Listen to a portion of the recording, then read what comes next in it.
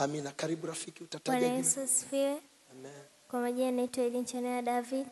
Nipo mbele yenu leo, nimekuja kushiriki na rafiki yangu Noreen Goodrock Kiala. Kwanza kabisa ningependa kumshukuru Mwenyezi Mungu kwa kufanya mtihani na naamini kwamba nitafaulu. Ningependa kuwashukuru wote. Asanteni sana. Amen. Amen. Sasa njoni hapa. Hapo najua mna sadaka zenu za shukrani. Wekeni kwenye madhabahu, wekeni tu hapa. Kwenye madhabahu ya Mungu, wekeni tu hapo mbele. Mungu, hizo sadaka ambazo vijana wanaweka, wanakushukuru wewe kwa kuwasaidia.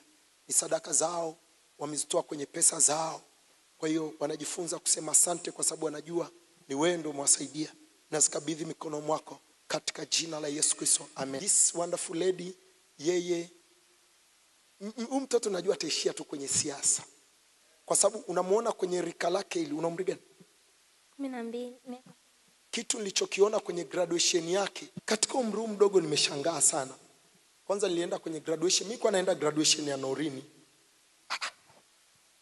Sasa mimi sio mtu wa siasa, nitaongea bila kutaja vyama madhabahuni kwa sababu sio maadili yetu. Sawa sawa?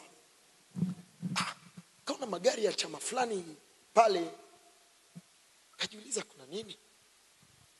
Baadaye nilipouliza kaambiwa hapa kuna kiongozi wa hicho chama ana graduate